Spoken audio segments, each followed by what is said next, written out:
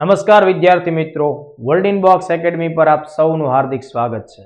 દોસ્તો, આજે છે 15મી ફેબ્રુઆરી અને આ 15મી ફેબ્રુઆરીનો જે દિવસ છે એ ઈસરોની કારકિર્દીમાં ચોક્કસપણે એક વિશ્વ વિક્રમ સર્જનારી ઘટના સાથે સંકળાયેલો છે. આ વાત છે આજથી 5 વર્ષ પહેલાની 15મી ફેબ્રુઆરી 2017ના રોજ ઈસરોએ પોતાના સ્પેસ પોર્ટ એટલે કે સતીશ ધવન સ્પેસ સેન્ટર ખાતેથી PSLV C-37 નંબરની ફ્લાઇટ દ્વારા એક સાથે 104 સેટેલાઇટને અવકાશમાં સ્થાપિત કર્યા.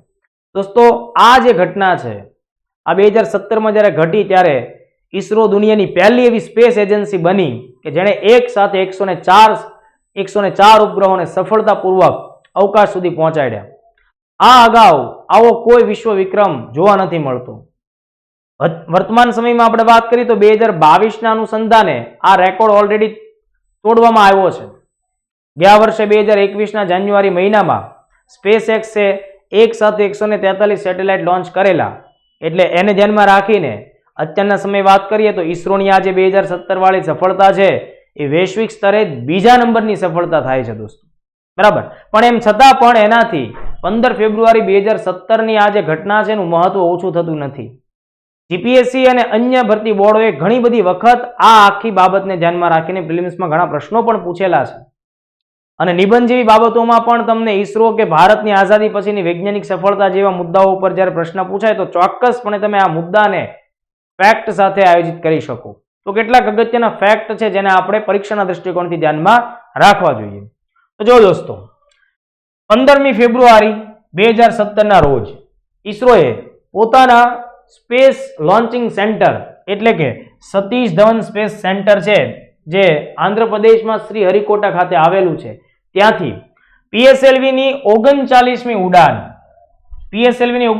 ઉડાન જે PSLV C-37 ના નામથી ઓળખાય છે તેના માધ્યમથી એક સાથે 104 સેટેલાઇટ લોન્ચ કર્યા. જે પૈકી જે મુખ્ય સેટેલાઇટ છે એ છે કાર્ટોસેટ 2.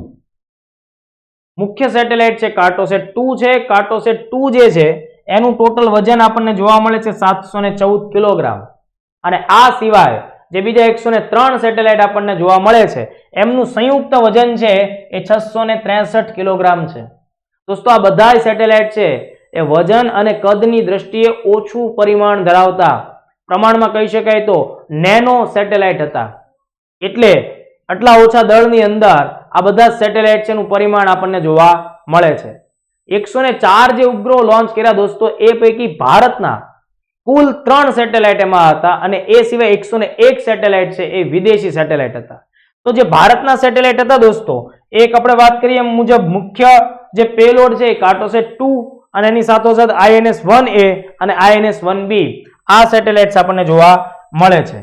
તો હવે જે બાકીના સેટેલાઇટ્સ છે જે 101 સેટેલાઇટ આપણે એના વિશે વાત કરીએ તો એ 101 સેટેલાઇટ છે એની અંદર સૌથી વધુ સેટેલાઇટ આપણને જોવા મળે છે એ અમેરિકાના સેટેલાઇટ છે જેની સંખ્યા છે 96. અમેરિકાના સેટેલાઇટ છે જેની સંખ્યા 96 છે. એ સિવાય જે બીજા 5 સેટેલાઇટ વધ્યા એ 5 સેટેલાઇટ 5 અલગ અલગ દેશો પૈકી એક સેટેલાઇટ લઈ અને આપણે લોન્ચ કરેલ છે, જેમાં કઝાકિસ્તાન, ઇઝરાયલ અને UAE આ 3 દેશ છે એ આપણને એશિયાના જોવા મળે છે. જ્યારે નેધરલેન્ડ અને સ્વિટ્ઝરલેન્ડ જેવા દેશ છે એમના વતી પણ એક સેટેલાઇટ આપણને જોવા મળ્યો.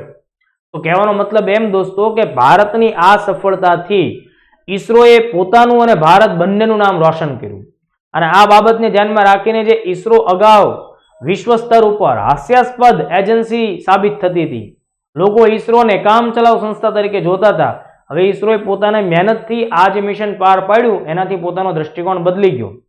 એટલે ન્યુયોર્ક ટાઈમ્સની અંદર જે એક સમય કાર્ટૂન છપાયેલું હતું એનો જવાબ દેવા માટે ઇન્ડિયન એક્સપ્રેસની અંદર પણ એક એનું જ કાર્ટૂન છે આપણને પ્રતિક્રિયા સ્વરૂપે જોવા મળે છે, જેને આપણે જોઈએ તો જુઓ અહીંયા જે તે સમયે ભારતની પરિસ્થિતિને આ દર્શાવવા માટે આ પ્રકારે ભારતને રિપ્રેઝેન્ટ કરવામાં આવ્યું છે. તો એલાઇટ સ્પેસ ક્લબમાં યુરોપ, અમેરિકાને મતલબ આમ કેમ પ્રકારે કોફી બારમાં બેસીને આરામથી કોફી પીતા પીતા સ્પેસ એજન્ડા નક્કી કરતા એવી રીતે બતાવવામાં આવેલા છે. ભારત અહીંયા આજીજી કરતું આપણને જોવા મળે છે, બરાબર. તો NYT ન્યુયોર્ક ટાઈમ્સે આપણને આ પ્રકારની બાબતોમાં ઇન્ડિકેટ કરેલું. જ્યારે એનો જવાબ દેવા માટે ફેબ્રુઆરી 16, 2017 થી પરિસ્થિતિઓ કેવી થઈ ગઈ દોસ્તો? તો જો એલાઇટ સ્પેસ ક્લબ છે એની અંદર ભારત છે, એને સ્થાન મળે છે. મતલબ કાર્ટૂનનો જવાબ કાર્ટૂનથી આપવામાં આવ્યો અને બાકીના જે વિદેશો છે એ પોતાના ઉપગ્રહોને હાથમાં લઈ અને કતારમાં ઊભા છે કે ભાઈ તમે લોકો અમારા સેટેલાઇટને સફળતાપૂર્વક લોન્ચ કરો. તો દોસ્તો આજની 15 ફેબ્રુઆરીનું આ ઐતિહાસિક મહત્વ છે.